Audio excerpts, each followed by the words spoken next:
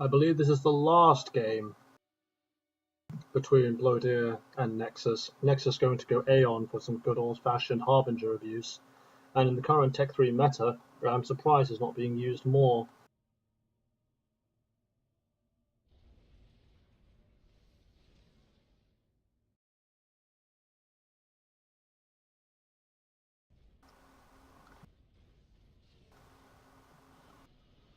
Interesting. What happened to my sound? Anyway. We've all seen these builds anyway, but there's the shift command if you are so inclined to want to see them. First and second engineer go to Hydro, unsurprisingly. Third, fourth, fifth will go expansion. If you're wondering with regards to labs, the answer is generally by this: you get 6 NGs and then you build your tank, and it should be able to catch it by the time it runs through. Thing to note with labs: do not just give an attack move order; it will run through the mid and die happily. You have to either send it north, kill the engineers if you think they're going to be greedy, go south and try and get the expansioneer. At least that's what Chris Chariot did anyway, and it seemed to work for him. And I think I looked at it on the replay, or someone went first Mac and how many you could get before something turned up. But if you know what your opponent's going to do and you want to play a greedy, then you can just do this. But 1, 2, 3, 4, 5, Blodir go for 5 before Mantis heads out to try and catch any incoming labs. He's just going to decide that labs aren't worth it, so he's just going to do this instead. Why, for instance, this is happening, go here and then move Reclaim when you have Reclaim here, don't know, don't really care either. What can we say about Aeon? Everyone hates their Tech 1, they're generally annoying to play against, but generally annoying to play as well, as it punishes mistakes very, very, very harshly. Tanks made of paper, long range, but you can't retaliate against them. If you're extra sucky because you just can't catch them, at least with Cyber you can, and with users will rape face. Seraphim, your bombers will generally melt them as well. So basically, both sides want air control, because whoever wins air control can win ground, but at the same time, well, Aeon with the Tech 1 AA buff can generally get away with having a few AA and invalidate bombers anyway. It'll make it more even, but it's just painful. Both sides want to go to Tech 3 as fast as possible. Tech 2 can deal with Auroras, but the problem is, because of their range, by the time you have enough Tech 2 to deal with their Tech 1, there'll be a Tech 3 which will invalidate your Tech 2 even harder than your Tech 2 invalidates their Tech 1. So you can see here 2 power lines, expansion plans on both sides. Oh my god, let's get rid of this. Right. That unfortunately did kill the engineer. Shouldn't have been able to. Blodir going to secure this. Both pretty much in lockstep. Nexus there faster. More power. Nexus again having power problems, so he's pausing his air. Some players will like to get the Hydro as soon as possible, but in some cases you don't need to. But if you get the Hydro faster, well, A is cheap and it's quite a lot of good boost, and it'll put you in good stead for the mash you get from the middle, assuming you get it in time. So what do we expect? I do expect to see maybe a few Tech 2 units just to give someone pause for thought, but generally it's the same as you've seen so far, just bull rush straight to Tech 3 and ignore everything else. Are we going to see a PD? Generally we will see a PD. Aeon players have a habit of not building any artillery at all until they see PD. For the precise reason that Aeon artillery absolutely sucks in a general confrontation, because they're pinpoint accurate and thus are worthless against units. PD, meanwhile, are very effective against Auroras. Low HP, almost the same range. I believe it's 1, but you can see a bit of jiggly micro from Nexus to make things miss them. I don't know why, but something about hover units which can make them do that, which makes them incredibly annoying. But we see range 26, range with PD 26. No, exactly the same range. I lied. Yeah.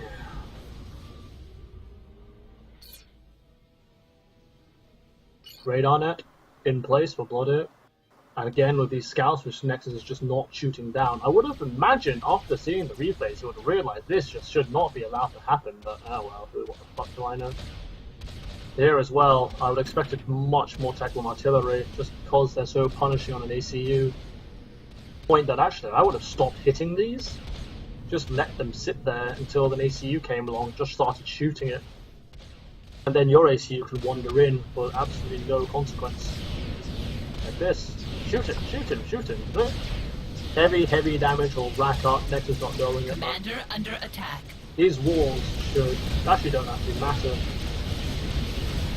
But Nexus, it could actually try and go for a kill here if he was so inclined. Problem is, this is a choke point with Medusas. A single shell will basically violate several of them.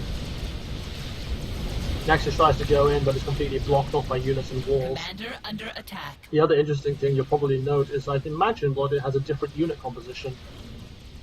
So yeah, it's almost 2 Medusa to 1 Mantis, or he's going to build some Rhinos here, but there's 0 point playing with Mantis when they can't get in range, whereas Medusas have the same range, are cheaper, and 1 shell can... actually no, they have higher range. They are also cheaper, and they can destroy multiple Auroras with a single shot, so if it ever gets to a clustered group stage, all you would see are just mess. But problem with Rhinos in this is that when you start mixing in artillery and you don't pay attention to your Tech 2 unit, they'll just sit there and just take it to the face.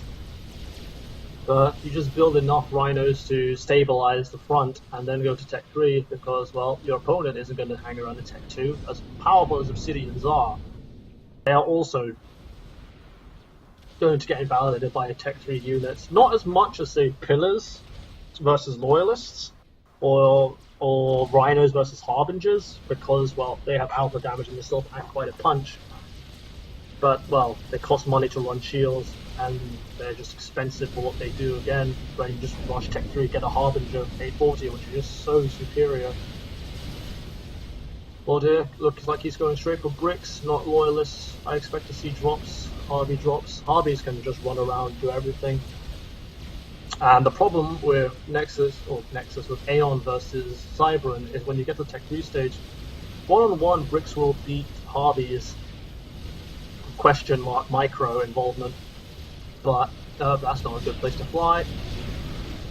The only issue, however, is that every single advantage that Aeon gets will quickly accelerate out of control. So if the Harvey has outnumbers, because they're cheaper anyway, they have the same damage. DPS has a brick, which is a bit silly if you ask me, but they have speed 3, bricks of 2, pretty much the choice 2. So unlike Perseus versus bricks versus Perseus, where even if numbers Perseus keep backing up, Harveys will be able to overrun you. And because they can just reclaim all the bricks into even more Harveys, even more eco. But as soon as either UEF or Cybran player gets a critical mass of armored bots, that's when Aeon players can face difficulties, but it's fine though, because then they get a GC, which will just run around and kill everything. I still think this is, in most cases, Aeon is a favourite matchup, especially versus UEF, but they just don't get played much.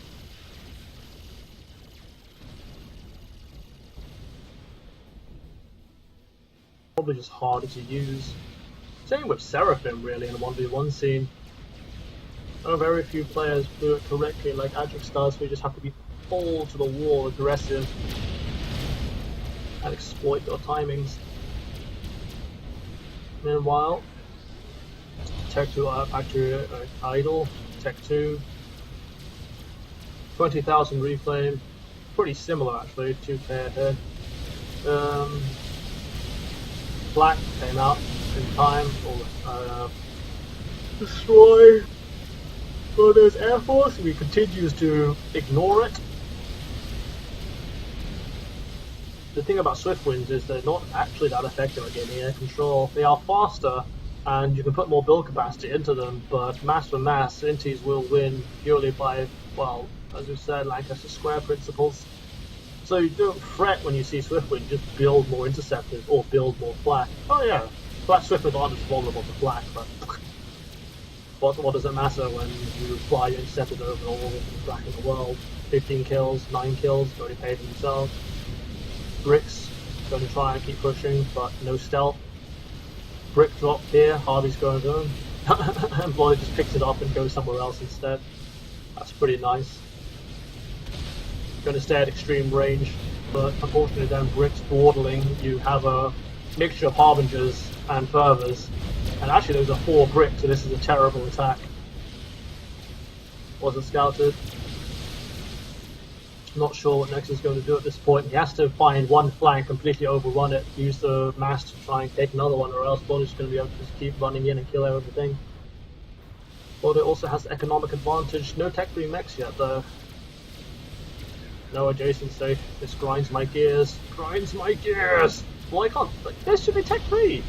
This could be Tech 3 and start building bricks for much cheaper. There's no reason to. But this is not all. Anyway, Blodir here.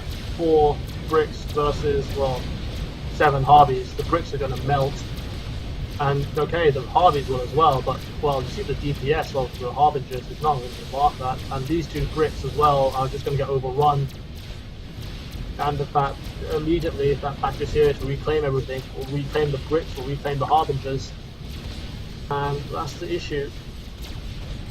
The way you deal with this is what Blodir is trying to do, is you build PDs or a 5 of some sort to fall back to, kind of like Fat Boys and Percy's, or Fat Boy versus a Megalith. Eventually you have to, or you retreat to somewhere where the enemy cannot follow you, and then you can use your range advantage again. But right now, big victory in the north for Nexus, a whole bundle of reclaim. These can go to Tech 3 if he wants to, or more Harbingers, or more air. He can do what he wants. Instead, he's going to tech everything to Tech 2 instead. And like, why not? Blodir is probably going to do the same. Nope, he has a Tech 3 mech instead.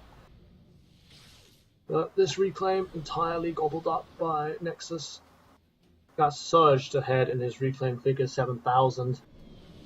This is a critical phase of the game. If you give Aeon any advantage, they'll just snowball. They'll be able to reclaim it. I'm just going to reclaim it. They'll happily punish everything you do. Numbers have to be at the right place at the right time. In fact, it almost feels a bit like UEF versus Cyber at this point, whereas your bricks are basically strikers and Harbingers are basically Mantis in a way. You're either in the right place with the right amount of units at the right time, or you're not.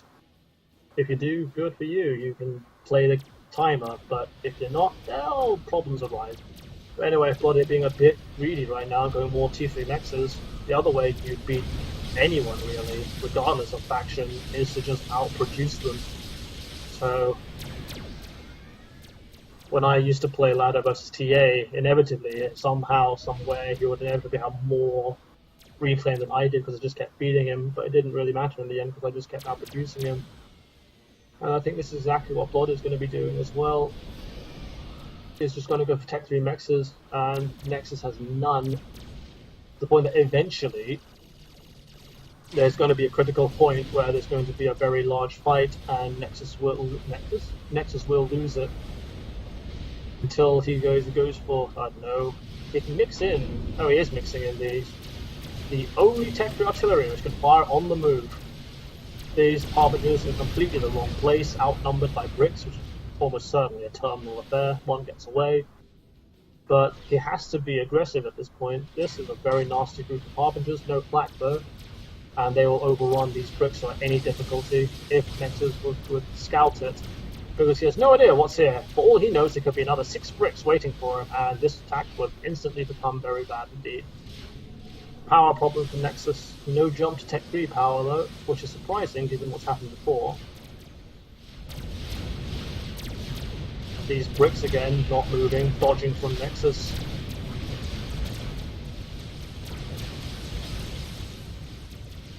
Dodging from Nexus, Tech 3 Nexus from Nexus.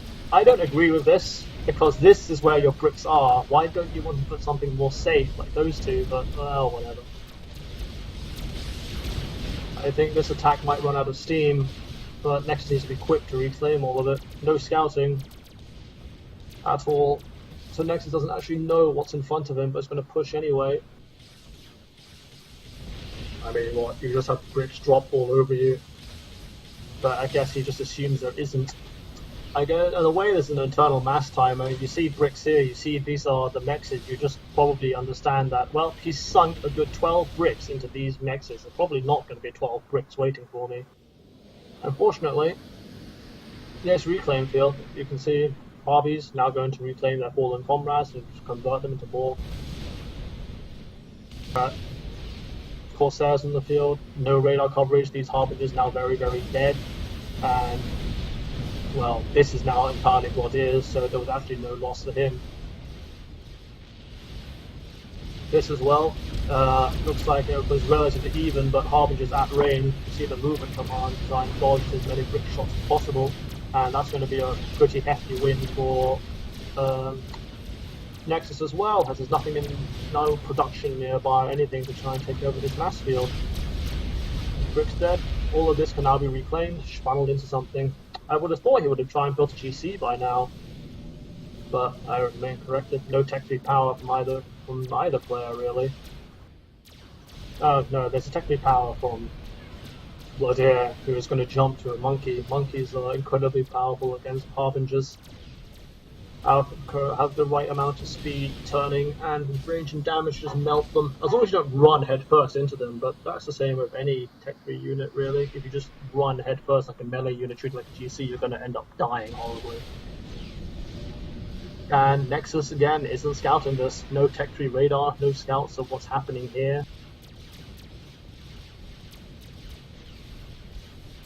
I mean, he sees this, and I think he's probably relying on his internal timer too much, and that's a guaranteed 1 Nex.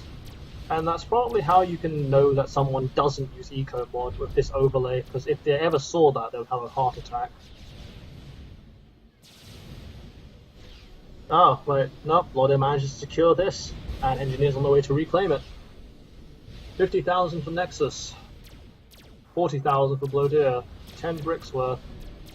And the Monkey Lord actually nearly completed, but Nexus hasn't scouted it at all. So if he loses, it's entirely his fault for not scouting. He has the economy to just crank out a GC in time. There's your Tech 3 P-Gen. But considering how there's absolute lack of units, there should be alarm bells at some point saying something is wrong, something is being built, but not everyone has it. And in fact, even if you do have it, it doesn't always get triggered. T3 power grid.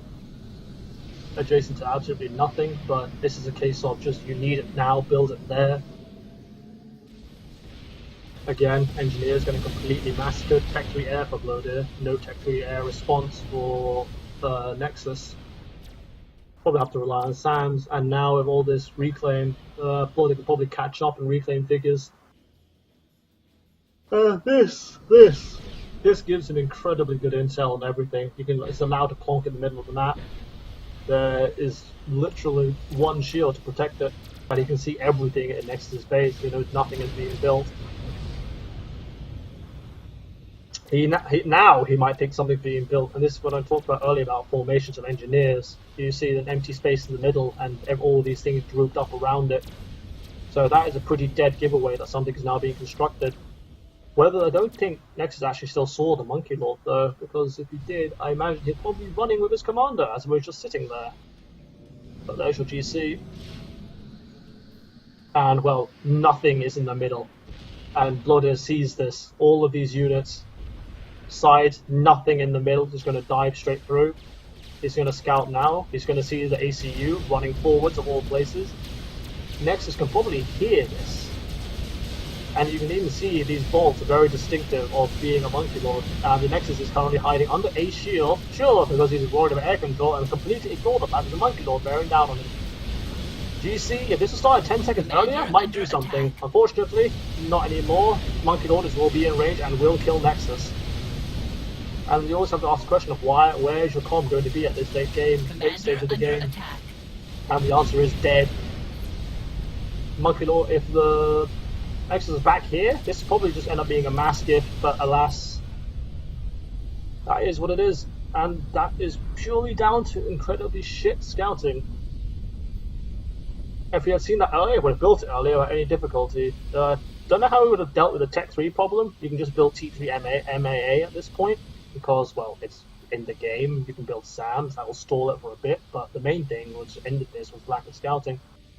Harbinger use was pretty good, but in the end, this attack was pointless, and what I meant to talk about is whenever you launch an attack, you have to ask what on earth are you trying to achieve with it. these 3 Nexus, I think they were already dead or something, 3-2-1 Nexus, and at the end of the game, end of the day, you blew up some bricks, maybe you buy time, but then you leave your own reclaim as well, not a good idea. This was a bit much better at points, like up here, up down here, you kill the bricks, you got the reclaim, but now well. That is the 5th and the last game, so 4-1 to Blodir.